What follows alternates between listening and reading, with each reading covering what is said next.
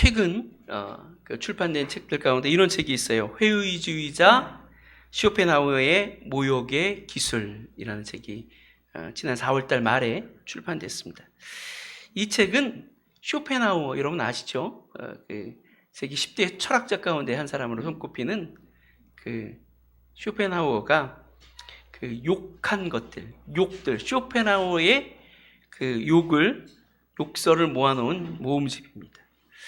이탈리아의 그 파도바 데 프랑코 볼피라고 하는 분이, 그런 교수님이 이 쇼펜하우어의 책 가운데서 이런 어떤 독설들을 모아서 사형제 폐지, 정적 욕망, 평등주의 등 약 237개의 항목으로 이 욕설들을 소개하고 있습니다. 사실 이 책은 쇼펜하우어의 역작이라고 할 수 있는 논쟁을 이기는 38가지 기술이라고 하는 책이 있어요. 그 논쟁을 대단히 쇼펜하우어가 잘했는데 그 논쟁의 기술 가운데 하나가 뭐냐 하면, 논쟁에 이기려면 상대방을 화나게 하라, 이런 방법이 있어요. 근데 상대방을 화나게 하는 방법 가운데서 상대방을 모욕하는 것, 이보다 더 좋은 방법이 없다는 것이죠. 상대방을 욕하고 모욕하면 그야말로 비분강개해서 이성을 잃어버리기 때문에 논쟁에서 쉽게 이길 수 있다는 거예요. 쇼펜하우어는 논문이나 어떤 저술에서 이런 어떤 다른 사람을 비꼬고 비아냥거리고 욕하는 말들을 많이 사용했습니다. 그래서 그걸 책으로 모을 수가 있었어요. 참 이게 토론이 얼마나 사람들을 비열하게 만들 수 있는지를 보여주는 책이 아닌가라는 생각을 합니다. 토론, 그리고 논쟁, 이런 것들은 기본적으로 상대방을 불편하게 만들게 되어 있습니다. 왜 그렇습니까? 왜냐하면 기본적으로 논쟁이 이루어지려면 어때요? 상대방과 내가 다른 입장에 서야 하는 거예요. 그래야 논쟁이 되죠. 그러면 끊임없이 나는 상대방이 틀렸다라고 주장해야 되는 거예요. 그러다 보면 어때요? 상대방을 깎아내려야 되고, 그렇죠? 상대방이 잘못됐다고 말하고, 또 이렇게 그 논쟁이 깊어지면 이 쇼펜하우어의 기술을 쓸 수도 있는 거예요. 상대방을 모욕하는 것이죠. 모욕하는 것이죠. 꼭 그렇게 모욕까지는 않더라도 목소리가 높아지거나 혹은 대단히 상처를 줄 수 있는 말들을 할 수 있단 말이에요. 그래서 우리가 정말 이 논쟁은 별로 좋은 것 같지 않습니다. 이 강철한 카네기는 그의 처세술에서 그런 말을 했어요. 친구를 잃으려거든 논쟁에서 이기라. 그러니까 친구 잃고 싶으면 논쟁에서 이기라. 논쟁을 잘하는 사람은 대체로 친구가 없기 마련이라는 거예요. 실제로 이 논쟁의 38가지 기술이라고 하는 책을 쓴 논쟁의 이 달인 쇼펜하우어는 평생 외롭고 고독하게 살았습니다. 그는 이 헤겔과 같은 대학을 다녔는데, 같은 대학 교수였는데 헤겔하고 반목하다가 대학교 교수직을 잃고 쫓겨났어요. 또 사람들과의 관계가 좋지 않아서 그는 덴마크 학술협회에서 그의 논문을 인정받지 못했습니다. 또 그는 연애에 실패해서 죽는 날까지 혼자 독신으로 지내야 됐어요. 또 이웃집 여인에게 항상 이 고소를 당했어요. 뭔가 이렇게 뭔가 문제를 일으켰겠죠. 그리고 그의 어머니와 갈등하고 반목하다가 의절하고 평생 안 보고 살았어요. 그의 말년까지 그를 위로했던 유일한 그의 정말 동료의 친구는 그의 반려견이었다고 합니다. 사람들은 그 사람하고 같이 지내는 거 싫어했다는 얘기예요. 그러니까 사람이 논쟁 좋아하고 비꼬는 것 좋아하고 비난하는 것 좋아하면 친구가 없는 거예요. 그러니까 논쟁을 피하시기 바랍니다. 특별히 가족들 간에는 논쟁하지 않는 게 좋아요. 저도 예전에 저희 어머니를, 제가 교회 다니고 우리 어머니가 다니지 않을 때 전도하려고 논쟁을 많이 해봤는데요. 제 논쟁에서 제가 이겨갖고 전도가 될 일이 전혀 없는 것 같아요. 기분 좋게 끝난 일이 한 번도 없었습니다. 아무리 좋은 의견을 내고 내가 옳다는 걸 증명해도 논쟁은 상대방에게 상처를 주기 마련이에요. 근데 오늘 본문에 보니까 이 시어머니와 며느리의 논쟁이 기록되어 있습니다. 시어머니는 너희들이 나를 떠나가는 것이 옳다라고 얘기하고 있고, 며느리는 그렇지 않다고, 나는 시어머니를 붙쫓겠노라고, 절대로 떠나지 않는 게 옳은 일이라고 서로 격하게 논쟁합니다. 근데 그 논쟁이 추해 보이질 않아요. 그 논쟁이 불행해 보이질 않습니다. 아름다워 보이고 행복해 보입니다. 논쟁 가운데는 때로 이처럼 사람들을 행복하게 만드는 아름다운 논쟁이 있단 말이죠. 과연 이 나오미와 그 두 며느리의 논쟁이 왜 그처럼 아름답고 왜 그렇게 사람을 행복하게 만들었던 것일까요? 과연 우리가 어떻게 하면 논쟁을 하되 서로를 행복하게 만드는 논쟁을 할 수 있을까요? 우리가 논쟁을 통해서 서로를 행복하게 할 수 있다면 이런 논쟁은 많이 해도 좋을 줄로 믿습니다. 사람을 행복하게 하는 아름다운 논쟁 어떤 것일까요? 오늘 본문을 통해서 그런 논쟁이 어떤 논쟁인지 함께 생각해보는 시간을 갖도록 하겠습니다. 첫 번째로 사람을 행복하게 만드는 아름다운 논쟁이란 서로에 대한 배려가 있는 논쟁이에요. 서로를 배려하고 사랑하는 마음으로 자신의 입장을 굽히지 않을 때 그 모습은 아름다운 것입니다. 오늘 본문에 등장하는 나오미가 며느리들에게 나를 떠나서 내 어머니 집으로 돌아가라고 하는 이유가 뭐예요? 며느리들을 배려했기 때문인 줄로 믿습니다. 며느리들의 입장을 생각했기 때문인 줄로 믿습니다. 그들이 이 시어머니인 나오미를 쫓아오면 소망이 없다는 거예요. 시어머니가 무슨 재산이 있는 것도 아니고 또 그 며느리들을 책임질 어떤 다른 가족들이 있는 것도 아니었어요. 이 당시만 해도 형사 취수제라는 게 있었어요. 이게 뭐냐 하면 형이 죽으면 그 동생이 그 형의 그 아내를, 형수를 자기 아내로 맞아들이는 거예요. 그래서 이 형수를 통해서 자녀를 낳으면 그 자녀들이 누구의 이름으로 이어져요? 형의 이름으로 이어지는 거예요. 대가 이어지는 거예요. 그리고 그 형수도 과부로서 고독하게 힘들게 살지 않고 어때요? 삶을 보장받을 수 있는 거죠. 그래서 당시 요즘 사회와는 좀 달랐던 그 당시 사회에서는 여자들에 대한 배려로서 형사 취수제가 있었던 것이죠. 왜냐하면 그 당시에는요, 가장 불쌍한 사람들이 어떤 사람들이에요? 고아와 과부였기 때문에 그래요. 남편 없는 여자들이 가장 불쌍했어요. 왜냐하면 모든 재산이 누구에게 상속돼요? 남자들에게 상속돼요. 여자들은 재산에 대한 권리가 없었어요. 이 당시 사회에서. 그리고 여자들은 어떤 면에서는 사회적인 어떤 권리도 주장하지 못했어요. 그러다 보니까 남편이 있는 게 자신의 삶을 보호받는 가장 중요한 문제였어요. 근데 이 나오미에게는 그 다른 며느리들에게 남편이 되어줄 만한 아들이 없단 말이에요. 다른 아들이 없었어요. 재산도 없었어요.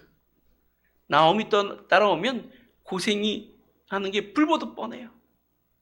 평생 외롭게 고독하게 과부로 살면서 힘들게 살면서 그렇게 혼자 지내게 될 거예요. 그런 며느리들의 입장을 생각했을 때 나오미는 절대로 이 며느리들이 자기를 따라오는 것을 허락할 수가 없었어요. 만약에 나오미가 자기를 먼저 생각했다면 며느리들에게 따라오지 말라고 절대로 얘기하지 않았을 거예요. 며느리들이 따라와 주면 얼마나 좋아요.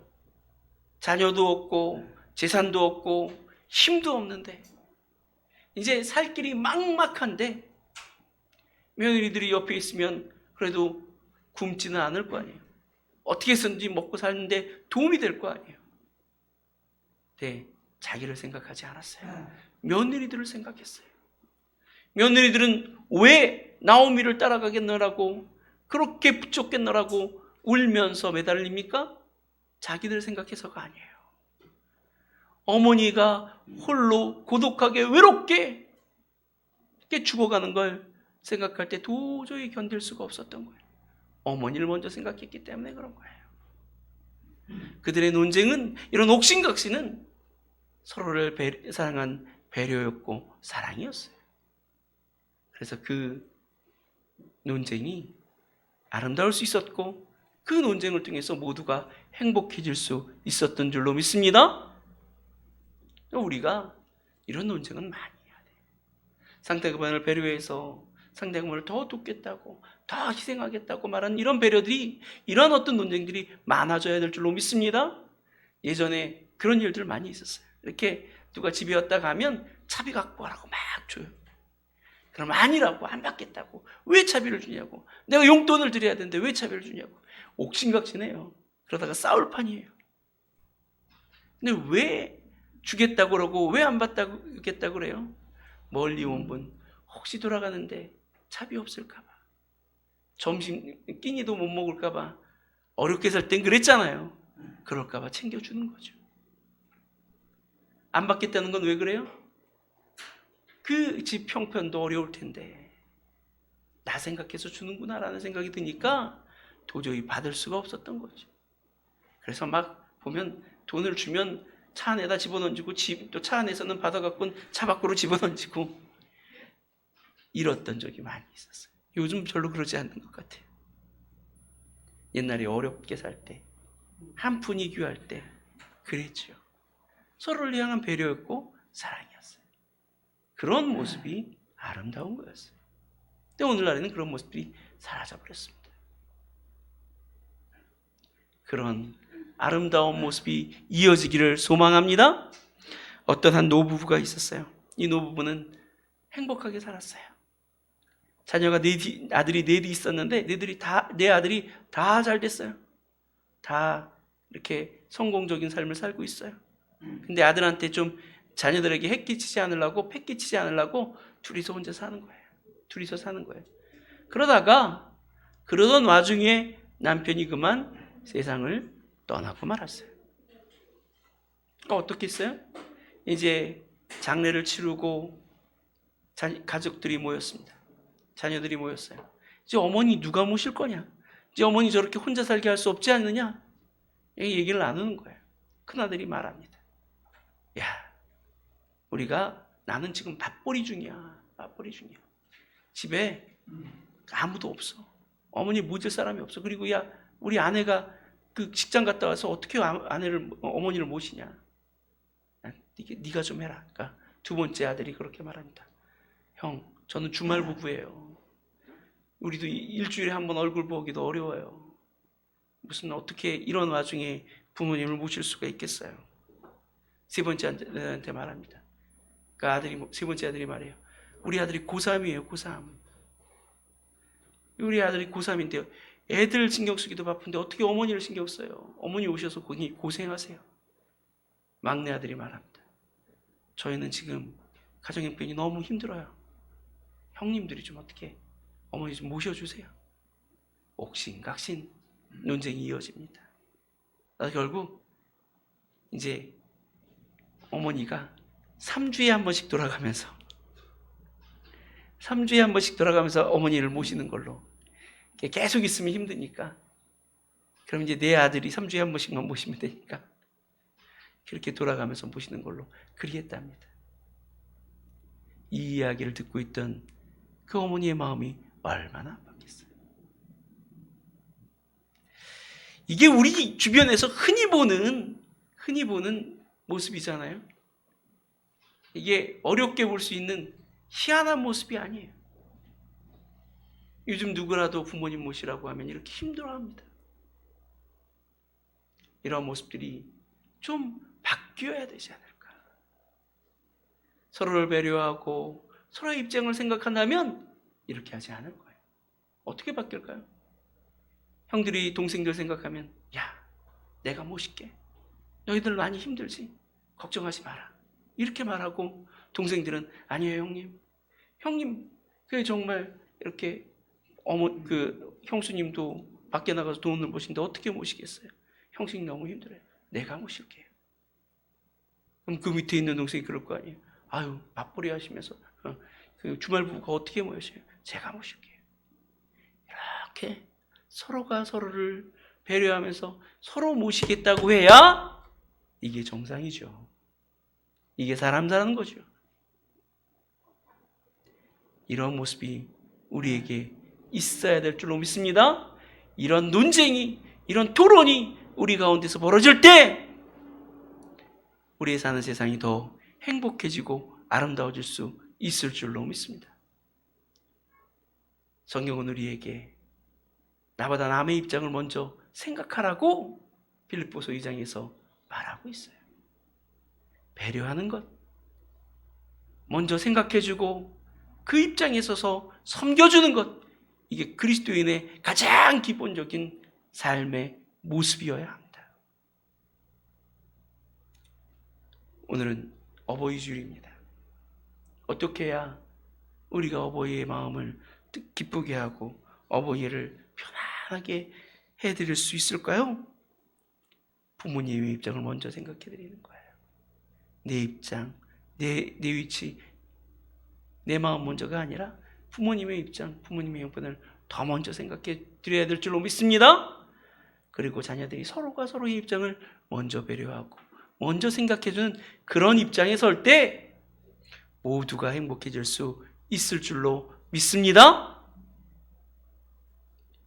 두 번째로 우리를 행복하게 하는 아름다운 논쟁은 아름다운 희생이 있었기 때문에 가능하신 것입니다. 서로가 서로를 위해 희생하려고 할 때 그 논쟁이 아름다워질 수 있었던 것이죠.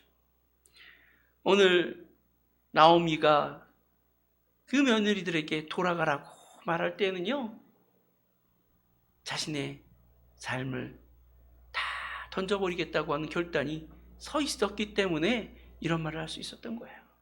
내가 혼자 외롭게 죽는 한이 있어도, 내가 힘이 없어서 굶어 죽는 한이 있어도 너희들만큼은 행복하길 바란다. 이런 마음이 있으니까 며느리들에게 돌아가라고 그러는 거예요. 며느리들은 그 시어머니 나오미를 따르겠다고 말하면서 시어머니를 따르면 고생이, 고난이, 그리고 정말로 암담한 삶이 그들을 기다리고 있다는 사실을 몰랐겠어요? 그들이 시어머니를 따라가면 남편 없이 홀로 독신으로 늙어 죽어야 한다는 사실을, 그리고 과부로서 고생하면서 정말 거의 거지와 같은 삶을, 그러한 삶을 살아야 한다는 사실을 그들이 몰랐겠습니까? 알았을 거예요. 다 알았지만 그래도 시어머니를 혼자 버려둘 수 없으니까, 시어머니를 혼자 떠나버릴 수 없으니까 끝까지 책임지겠다고, 끝까지 남겠다고 고집을 한 줄로 믿습니다. 그들은 자신의 삶을 포기할 각오가 되어 있었어요. 희생할 각오가 되어 있었어요. 배려는 언제나 먼저 희생할 마음을 품는 것인 줄로 믿습니다. 먼저 희생할 마음을 품는 거예요. 내가 희생하고 내가 배려하려고 할 때 그 관계가 아름다워지고 그들의 정말 오고 가는 말들이 더욱더 아름다워질 수 있는 줄로 믿습니다.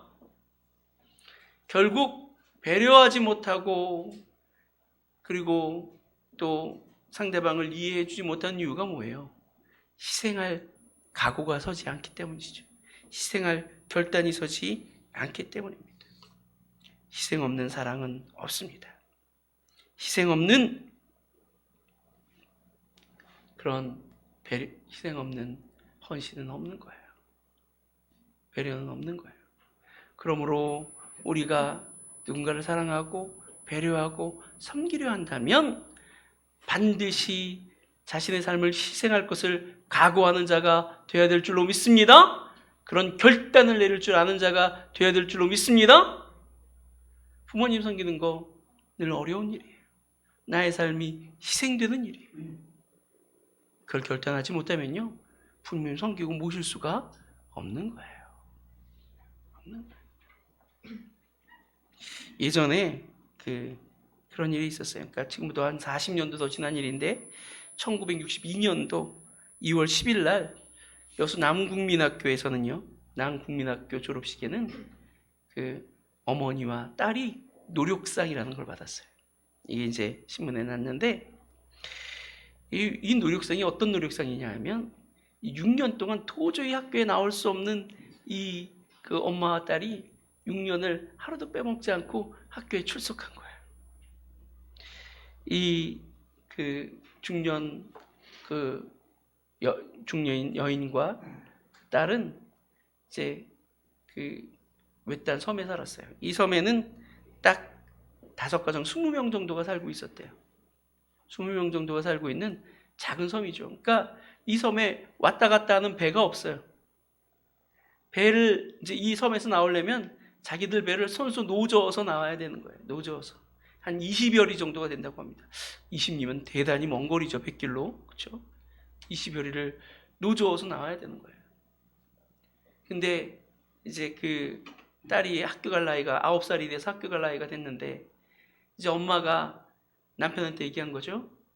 여보, 우리 딸 학교 보내야 돼요. 9살이에요.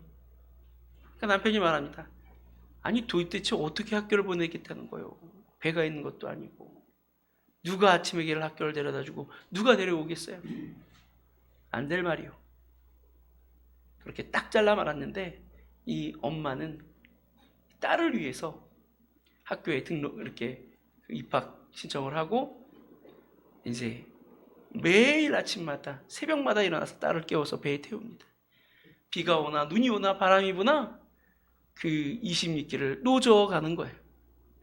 노저어 갔다가 돌아오고 또 이렇게 학교가 끝날 때쯤도 되면 또 데리러 가서 데리고 오고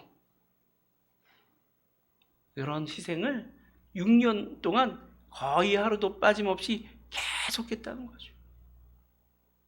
이런 이야기를 들은 그 학교의 교장 선생님이 상을 주기로 결심하고 이런 이야기가 이렇게 발표될 때 이 학교의 졸업식에 참석한 모든 사람들이 눈시울을 적셨다는 이야기가 이렇게 신문 기사에 났습니다. 부모님의 희생, 20여리 노져서 매일 데려다주는 그 희생이 어찌 이 어머니 한 분의 희생이었겠습니까? 그 희생으로 말미암아 저와 여러분이 자라난 줄로 믿습니다. 나실 때 괴로움 다 잊으시고 기르실 때 밤낮으로 애쓰는 마음, 진자리 마른 자리 갈아내시며 손발이 다 닳도록 고생하셨다. 그 어머니의 희생과 사랑이 있었기에 우리가 장성하여 어른이 될 수 있었던 거죠. 이제 우리가 부모를 위해 희생해야 마땅한 것입니다. 희생할 수 있어야 될 줄로 믿습니다. 부모를 공경하라는 것은 말로만 하는 게 아니에요. 그런 희생이 전제될 때 비로소 부모를 진심으로 사랑하며 공경하며 섬길 수 있을 줄로 믿습니다. 마지막으로 이 나오미와 며느리들의 그런 논쟁이 아름다울 수 있었던 것은, 특별히 룻과의 논쟁이 아름다울 수 있었던 것은 그들의 아름다운 신앙이 있었기 때문인 줄로 믿습니다. 아름다운 신앙이 있었기 때문에 그래요. 여러분, 이 룻이 나오미를 따라가려고 하는 이 문제가요, 단순하게 어떤 인간적인 단지 그 배려와 사랑, 인간적인 정의 문제가 아니었다는 사실을 우리는 기억해야 돼요. 오늘 본문에서도 그런 사실들이 분명히 나타나 있습니다. 15절 말씀해 보니까 나오미가 룻에게 이렇게 말해요. 나오미가 또 이르되 보라, 내 동서는 그의 백성과 그의 신들에게로 돌아가나니 너도 너의 동서를 따라 돌아가라.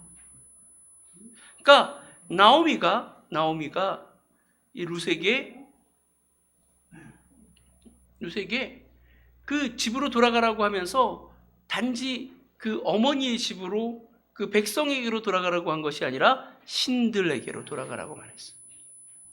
그들이 돌아가는 것은 단지 어떤 거처를 옮기고 삶의 환경을 바꾸는 문제를 떠나서 신앙의 문제와 결부되어 있음을 분명히 알 수 있는 것이죠.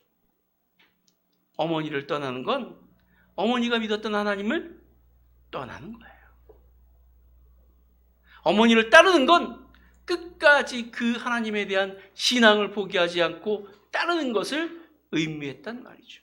그래서 룻도 이렇게 이야기합니다. 이야기합니다. 16절에 보면 룻이 이르되 내게 어머니를 떠나며 어머니를 따르지 말고 돌아가라. 강권하지 마옵소서. 어머니께서 가시는 곳에 나도 가고 어머니께서 머무시는 곳에서 나도 머물겠나이다. 어머니의 백성이 나의 백성이 되고 어머니의 하나님이 나의 하나님이 되시리니. 어머니의 하나님이 나의 하나님이 되시리니. 그는 룻은 단지 어머니만 포기하지 않는 것이 아니라 어머니가 믿는 그 하나님을 포기하지 않은 것인 줄로 믿습니다. 그 신앙을 포기하지 않은 거예요. 왜 룻은 굳이 그 신앙을 포기하지 않으려 했던 것일까요? 여러 이유가 있겠지만 그 이유는 가장 큰 이유는 그걸 거예요. 룻이 신앙의 모범을 보였기 때문인 줄로 믿습니다. 룻의 모습을 보면서 정말 하나님이 살아계시는구나. 룻의 모습을 보면서 하나님이 진짜 유일하신 하나님이시구나, 신이시구나. 다른 신들은 진짜 신이 아니라는 사실들을 나오미가 그의 삶으로, 그의 신앙의 모습으로 분명히 보여줬던 것이죠. 그래서 나오미를 보면서 나오미가 믿고 섬기는 그 하나님을 그 두 며느리들 역시도 믿게 되었을 것이고, 그 믿음 안에서 그 살아계신 하나님의 은혜와 사랑을 경험했기 때문에 룻은 결코 나오미를 떠날 수가 없었던 것입니다. 이러한 사실은 우리가 과연 어떤 부모가 되어야 하는가? 어버이날이긴 하지만 여기에 대해서 깊이 생각해 보게 합니다. 우리 역시 신앙의 모범을 보일 줄 아는 그런 부모가 되어야 될 줄로 믿습니다. 자녀들에게 하나님 잘 믿으라고, 하나님 잘 믿고 섬기라고 그렇게 말로만 하는 것이 아니라 삶을 통해서, 나의 믿음의 모습을 통해서 정말 하나님은 살아계시다는 사실들을 보여줄 수 있는 그런 부모가 되어야 되는 거예요. 그 세계 종교별 인구 조사를 해보면요, 그러니까 종교별 어떤 그런 인구가 어떻게 늘어나는지를 보면 가장 빨리 성장하는 종교가 어떤 종교일까요? 이슬람교예요. 이슬람교도들이 가장 빨리 성장하고 있어요. 가장 많이 늘어나고 있어요. 이에 반해서 대단히 성장세가 느릴 뿐만 아니라 퇴보하고 있는 종교가 있어요. 기독교예요.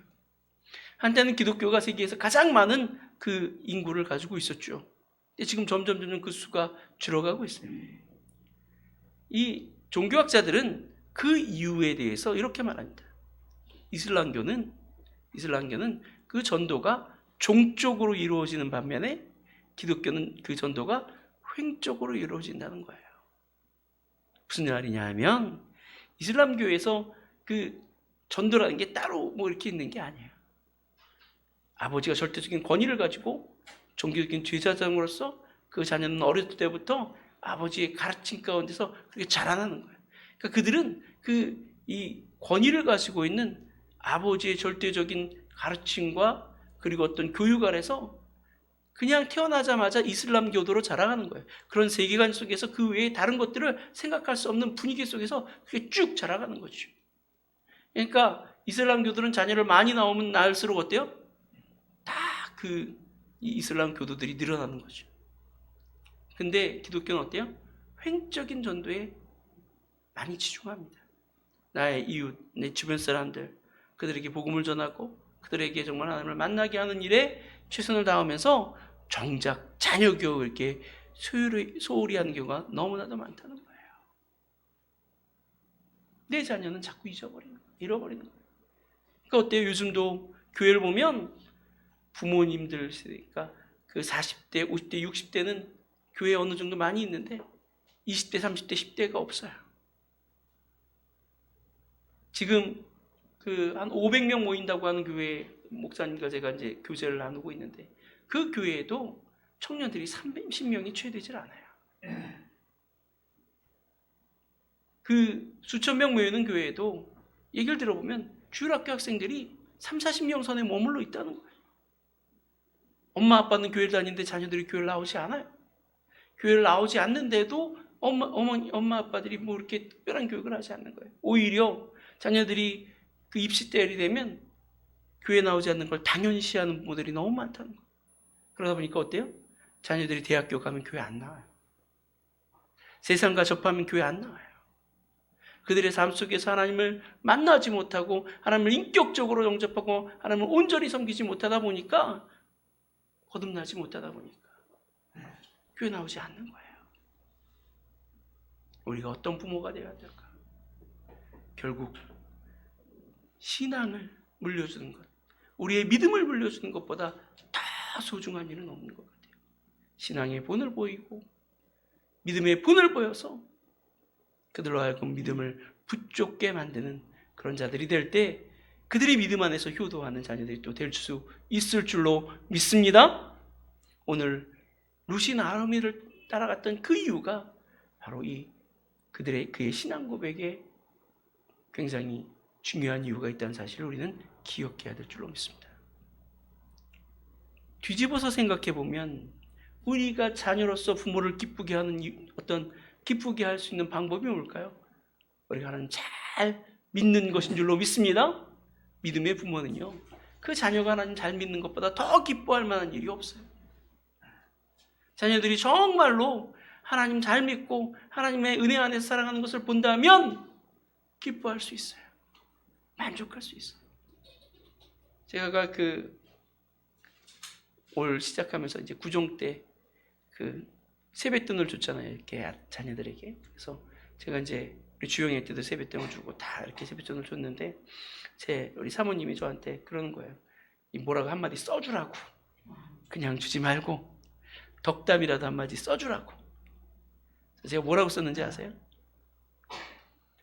넌 하나님 잘 믿는 걸로 100점.